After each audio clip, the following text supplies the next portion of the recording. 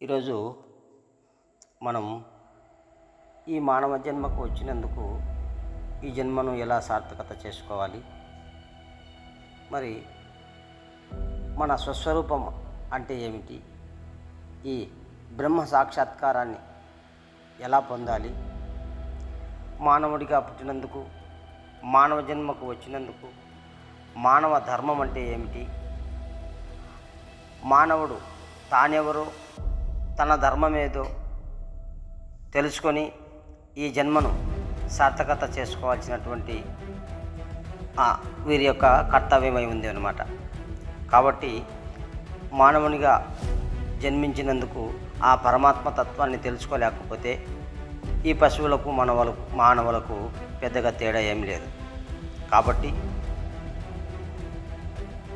ఈ యొక్క ధర్మాన్ని మానవులవై ఉండి ఈ ఉత్తమమైనటువంటి జన్మను పొంది తన ధర్మమేమో, తన మార్గమేమో, తన ధ్యేయమేమో, తన ఆచరణ ఏమో, తనను ఎలా ఈ యొక్క గమ్యాన్ని చేరుకోవాలో ఈ జన్మలోకి వచ్చినందుకు గాను మనం పాటించవలసినటువంటి విధి విధానాలు ఏమిటి, ధర్మాలు ఏమిటి అనేటువంటివి మనం ఖచ్చితంగా తెలుసుకోవాల్సినటువంటి ఆవశ్యకత ఉంది. కాబట్టి జ్ఞానము ద్వారానే ఇవన్నీ తెలుసుకోవాల్సి ఉంది. కాబట్టి జ్ఞానం అనగా ఏమి, అజ్ఞానం అనగా ఏమి, బ్రహ్మ సత్యం జగన్మిథ్య అని మనకు శృతి తెలుపుతూ ఉంది. ఈ యొక్క మిథ్యా జగత్తును గుర్తెరుగుతూ, ఈ లేని జగత్తును ఉన్నదాని వలె గుర్తెరుగుతూ, ఎప్పుడూ సత్యము నిత్యము అయినటువంటి తనను గుర్తెరగకపోవటమే అజ్ఞానం. ఇదే జీవగుణం, ఇదే మరుపు, ఇదే మాయ, ఇదే అజ్ఞానము, ఇదే జీవగుణం. అంటే తనను తాను తెలుసుకోలేకపోవటమే దీనిని అజ్ఞానం అన్నారు. కానీ తనను తాను తెలుసుకోవటం జ్ఞానం. తానెవరో తనను తానుగా తెలుసుకోవటం ఇది జ్ఞానం. జ్ఞానమన్నా, ఆత్మన్నా, ఎరుక అన్నా అంతా కూడా ఒకటే. కాబట్టి అజ్ఞాన తిమిరందస్య జ్ఞానాంజన శలాకయ అంటే అజ్ఞానం అనేది అంధకారం, జ్ఞానం అనేది వెలుగు. అయితే వెలుగులో సమస్త వస్తువులు మనకు స్పష్టంగా కనిపిస్తాయి. జ్ఞాన వెలుగులో మనం విచారించినప్పుడు, చూసినప్పుడు ఈ మిథ్యా జగత్తు అంటే లేని జగత్తు, లేక తోచేదంతా లేనిదని మనకు తెలియబడుతుంది. కాబట్టి మానవులు ఈ జ్ఞానాన్ని పెద్దల ద్వారా, గురువు ద్వారా ఈ రహస్యాన్ని గుర్తెరిగి, తనను తాను గుర్తెరిగిన దాని యందు కూడా గుర్తు లేకుండా గుర్తురహితమై ఉండటమే బ్రహ్మ సాక్షాత్కారం. అసలు ఈ బ్రహ్మ సాక్షాత్కారం పొందటం ఎలా, ఈ స్వస్వరూప దర్శనం అంటే ఎట్లా అని చాలామంది శిష్యులు అడగడం జరుగుతూ ఉంది. అందుకు ఈరోజు స్వస్వరూప దర్శనం అంటే తనను తాను తెలుసుకొని, తానే తానని గురుముఖంగా ఎవరైతే తాను నిజమును తెలుసుకొని తాను ఇట్టివాడనని గుర్తెరిగినటువంటి దాని యందు గుర్తు లేకుండా ఉండటమే స్వస్వరూప దర్శనం. ఇదే జాగ్రత్త స్వరూపం. ఇట్టి స్వస్వరూప స్థితియే స్వస్వరూప దర్శనమని, అట్టి స్వస్వరూప దర్శనమే ముక్తి అని, ఆ ముక్తియే సచ్చిదానంద స్వరూపమని, బ్రహ్మ సాక్షాత్కారమని, ఏకమేవ అద్వితీయం బ్రహ్మని పెద్దల వాక్యం. ఇట్టి స్వస్వరూప స్థితి ప్రతి మానవుడు తెలియవలసి ఉంది. ఈ జన్మలో అటువంటి స్థితి చేరుకోలేకపోతే రాకపోకలు, జనన మరణములు, ఈతి బాధలు తప్పవు. కాబట్టి తనను తాను తెలుసుకొని తెలిసిన దాని యందు తెలివి లేకపోవటమే స్వస్వరూపం. తనను తాను తెలుసుకోనంతకాలము తన స్వస్వరూప స్థితి తెలియదు. కాబట్టి ఆ స్థితి తెలియనంత వరకు ప్రతి ఒక్కరికి చావు పుట్టుకలు తప్పవు. ఎట్లంటే పునరభిజననం, పునరభిమరణం, పునరభిజననే జఠరేశైనే ఇక సంసారే బహుదుస్తారే పాహిమురారే కృపయాసారే అని చెప్పినట్టుగా ఈ స్వప్నములో సుఖము, దుఃఖము, సంతోషము మనం ఎట్లా పొందుతూ ఉన్నామో, అలాగే తన సంకల్పం అనేటువంటి కళ అవస్థలో ఉన్నంత వరకు ఈ సంకల్ప మాయలో ఉన్నంత వరకు మనం జన్మిస్తున్నట్లు మరణిస్తున్నట్లు మనం అవస్థలు పొందుతూ ఉంటాం. కాబట్టి తాను స్వప్నం మేలుకొంటే ఇలా గురుమేలక ద్వారా తాను కలలో చూసినవి అనుభవించినవి అంతా మృష, అంత అబద్ధమని తెలుస్తుంది. కాబట్టి గురువు ద్వారా జ్ఞానం అనేటువంటి వెలుగుతో ఆ మేలుకతో మనం మేలుకుంటే కలలో తోచినటువంటి సర్వదృశ్య ప్రపంచమంతా కూడా మాయని, మిథ్యయని, లేనిదని, లేనివి లేకపోతే ఇక ఉన్నదంతా పరబ్రహ్మమే, అంత సత్యమే, సత్యమై నిత్యమై శాశ్వతమై ఉండబడినటువంటి సత్యాన్ని మనం తెలుసుకుంటాం. కాబట్టి తనకు తానే కానీ తనకంటే అన్యముగా ఏది లేదని తానైనటువంటి తానే సత్యమని సచ్చిదానమని తెలుసుకుంటాడు. ఉదాహరణకు వెలుతురు వలన చీకటి మటుమాయమైపోయి ఉన్న వస్తువులు స్పష్టంగా ఎట్లా కనబడినట్లుగా తన అంతరంగ జాగ్రత్త అయినటువంటి వెలుగు జ్ఞానము ద్వారా తన నిర్గుణ స్వరూపమును స్పష్టంగా గుర్తిస్తాడు. ఇట్టి స్వస్వరూప దర్శనమును అంతర్జాగ్రత్త వల్ల, అన్వేషణ వల్ల, పరిశోధన వలన తెలియవలసి ఉంది. ఈ స్వస్వరూప దర్శనమే వేదాంతం. ఈ వేదాంతార్థమే స్వస్వరూపము. ఈ స్థితి పొందినటువంటి వారు సర్వ ప్రపంచమందు వ్యవహారము చేస్తూ ఉన్నప్పటికీ వారు వాటికి అంటుకోరు. సర్వకర్మలు చేస్తూ ఉన్నప్పటికీ వాటి కర్మ ఫలాలు వారు ఆశించరు. అంటే అంటి అంటక ఉంటారు. వాళ్ళు ప్రపంచంలో ఉన్నప్పటికీ, సంసారములో ఉన్నప్పటికీ ఉండి ఉండనట్టుగా, అంటి అంటనట్టుగా ఉంటారు. అందుకు మన భద్రాద్రి రామశబ్దంలో ఈ విధంగా చెప్తారు: జలజపత్రమునందు సలిలమంటని జట్లు, అద్దమందున రూపమంటనట్లు, బురదయా కుమ్మరి పురుగంటని ఎట్లు, నాట్యము జింహ ఎందంటనట్లు, భువి చింతపండుపై బొప్పరంటని ఎట్లు, పలుచెల్లలో వెన్న కలియనట్లు, చిత్రబాణుండును చీకటంటని ఎట్లు, ఆకాశమును వాయువంటనట్లు, బ్రహ్మవేత్తలు మాయా ప్రపంచమందు అఖిల వ్యవహారములు చేసి అంటరిదిపా. పెద్దలు ఈ విధంగా తెలియజేస్తూ ఉన్నారు. అంటే తామరాకు ఇల్లు అంటున్నట్టుగా, అద్దమునకు మన రూపం అంటున్నట్టుగా, కుమ్మరి పురుగుకు బురద అంటున్నట్టుగా, నాలుకకు జిడ్డు అంటుకోనట్టుగా, చింతపండుకు జిగురు అంటుకోనట్టుగా, ఆ పిచ్చకు వెన్నకు మజ్జిగలో వెన్న కలిగినట్టుగా, ఆ సూర్యభగవానునికి చీకటి అంటుకున్నట్టుగా, ఆకాశానికి వాయువు అంటుకున్నట్టుగా, ఈ బ్రహ్మవేత్తులుగా ఉండబడినటువంటి సత్యాన్ని తెలిసినటువంటి వారు మాయా ప్రపంచమునందు అఖిల వ్యవహారములు, సర్వ వ్యవహారములు చేస్తూ ఉన్నప్పటికీ కూడా వారికి ఏవి అంటుకోరు, వారు దానికి ప్రలోభపడరు అని మనకు పెద్దలు తెలియజేస్తూ ఉన్నారు. కాబట్టి ఇట్టి స్థితి పొందినటువంటి వారే అస్కలితులు, సన్యాసులు, కర్మఫల త్యాగులు, జితేంద్రియులు, ఇంద్రియములను జయించిన వారు అని, విదేహి అని, తనకు ఇంద్రియములు, దేహములు, అవస్థలు, మనోముఖ వికారములు ఏమీ లేవని తెలిసి జాగ్రత్తలోనే జాగ్రత్తను జాగ్రత్తగా తెలుసుకొని జాగ్రత్తలోనే జాగ్రత్త అయినటువంటి స్వరూప స్థితియే స్వరూప దర్శనము. చూడు, అస్కలితులు అంటే అస్కలిత బ్రహ్మచారి అని మనకు భారతంలో ఒక చిన్న కథ చెప్తూ ఉంటారు. అయితే ఆ అస్కలిత బ్రహ్మచారి అంటే ఒకసారి ఆ ఊర్లో పెద్ద జాతర జరుగుతూ ఉంది. ఆయనకు పాపం ఒక 6 మంది సంతానం. ఆయన ఏదో తన కుటుంబాన్ని తాను చేసుకుంటూ నిరంతరం దైవ ధ్యానంలో ఉండేవాడినటువంటి వాడు.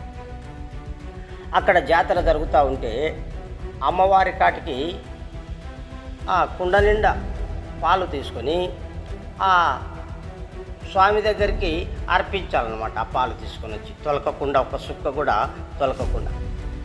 ఆ రోజు దండోరేపించారు. ఎవరైనా వచ్చి తాంబూలం తీసుకోవచ్చు, పొరపాటున అది కుండలో పాలు కదిలినట్లయితే తల ఉత్తరిస్తారు. కాబట్టి అటువంటి వాళ్ళు ఎవరైనా సరే మేము పాలకుండను జాగ్రత్తగా తీసుకొని వస్తాం అనేటోళ్ళు తీసుకొని తాంబూలం తీసుకోవచ్చు. అప్పుడు ఈయన ఈ 6 సంతానం కలిగినటువంటి ఈ ఎప్పుడు కూడా ఆ దైవ ధ్యానం ముందుగా ఉండబడినటువంటి ఆయన తాంబూలం తీసుకొని వచ్చి ఇంటికాడ మౌనంగా ఉన్నాడు. భార్య అన్నం తిందురా అంటే పెద్దగా పలకటం. ఏమయ్యా ఉన్నామంటే ఏం లేదు, నేను ఈరోజు పాల పాత్రను ఆ జాతర రోజు అక్కడ తీసుకొని వచ్చి అక్కడ అప్పచెప్తానని తాంబూలం తీసుకున్నాను, ఇంకా నీకు చెప్పడానికి నేను సంశయిస్తున్నానంటే సర్లేండి మీరు ఎట్లా చెప్తే అట్లా అని చెప్పేసి భార్య కూడా సరే కాలం గడిచింది. ఆ రోజు వచ్చేసింది జాతర. అప్పుడు ఈమె స్నానం చేసి ఎంతో భక్తి శ్రద్ధలతో ఆ బాండవాన్ని పాల బాండవాన్ని కొత్త దృష్టి పైన పెట్టి ఇంకా జాతరలో అనేకమైనటువంటి వేలాదికి మందిగా తరలి వచ్చారు. ఆ తప్పెట్లు మేళాలు అంగరంగ వైభవంగా ఆ తిరునాళ్ళలాగా జరుగుతాయి.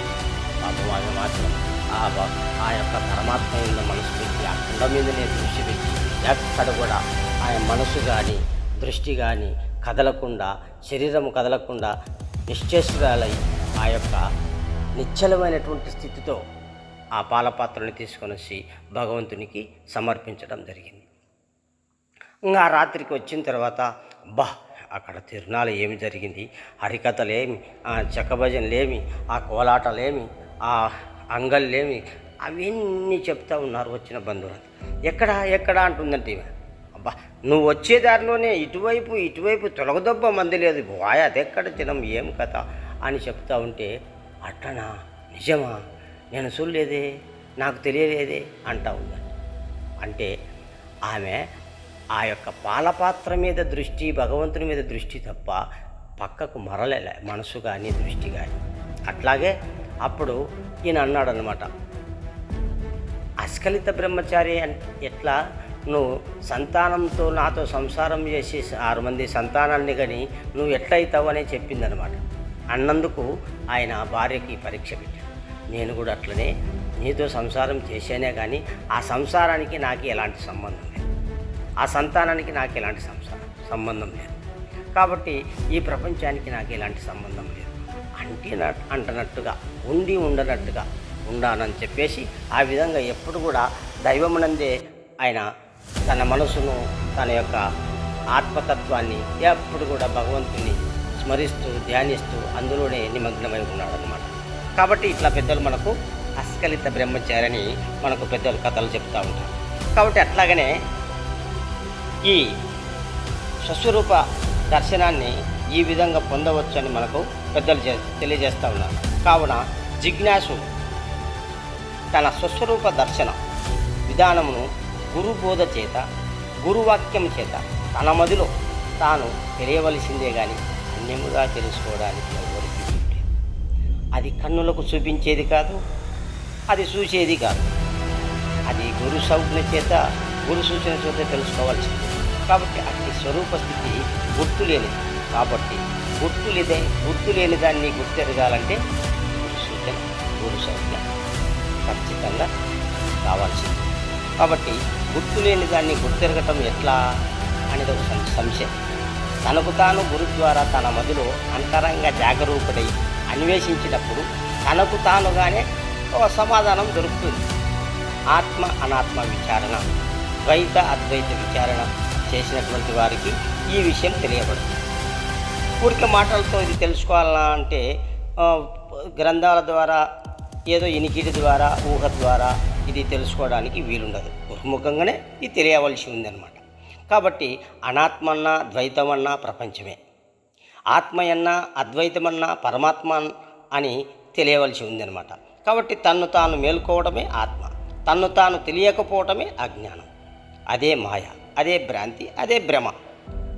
అట్లా తనను తాను తెలియనంత కాలము తాను చూస్తున్నటువంటి మిథ్యా ప్రపంచము నిజమని, శాశ్వతమని అన్ని సర్వప్రపంచాన్ని గుర్తెరుగుతూ తన సంకల్ప భ్రమ చేత తాను జీవుడుగా భావించబడుతూ ఉంటాడు.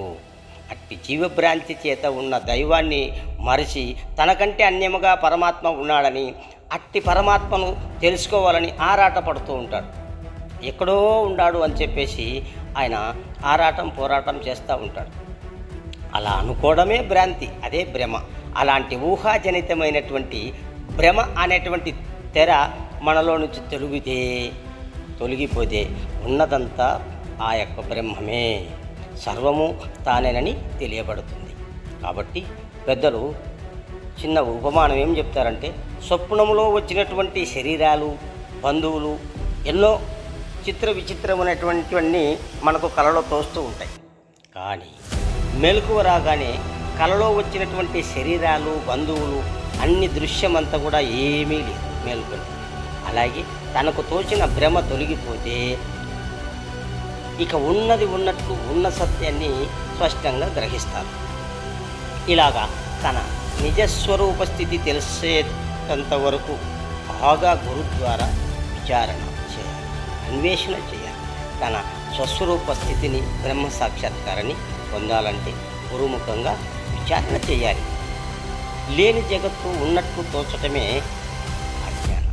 అదే మాయని, భ్రమని, భ్రాంతి అని పెద్దలంతా తెలియజేస్తున్నారు. కాబట్టి లేని జగత్తు లేక తోచినదంతా అబద్ధమని, మాయని, ఈ మాయతర తొలిగితేనే ఆ బ్రహ్మమేందో మనకు తెలుసు.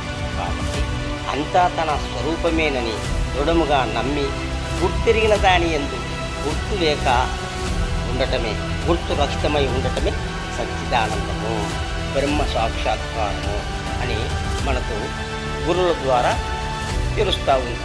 కాబట్టి ప్రతి ఒక్కరూ కూడా తనకు తానుగా తన అంతరంగం విచారణ చేయాలి గురుముఖంగా. ఎప్పుడైతే తెలుసుకోవాలనేటువంటి తపన, జిజ్ఞాస, ఆతృత ఎప్పుడైతే ఉంటుందో అప్పుడు గురువుకు సేవలు చేసి, గురు కరుణకు పాత్రులై, గురు ద్వారా, గురు బోధ ద్వారా, గురు వాక్యం ద్వారా, గురు సూచన ద్వారా, గురు సంజ్ఞ ద్వారా ఈ తన నిజస్థితిని తాను తెలుసుకున్నప్పుడు అదే తన స్వస్వరూప స్థితి. ఆ గుర్తెరిగినది గుర్తురహితము కావడమే బ్రహ్మ సాక్షాత్కారము అని మనకు పెద్దలు తెలియజేసి ఉన్నారు. కాబట్టి ప్రతి మానవులు కూడా ఈ విధంగా బ్రహ్మ సాక్షాత్కారాన్ని పొందాలని, తన నిజస్థితిని పొందాలని మనసారా కోరుకుంటూ, జై శ్రీ సద్గురు మహారాజుకి.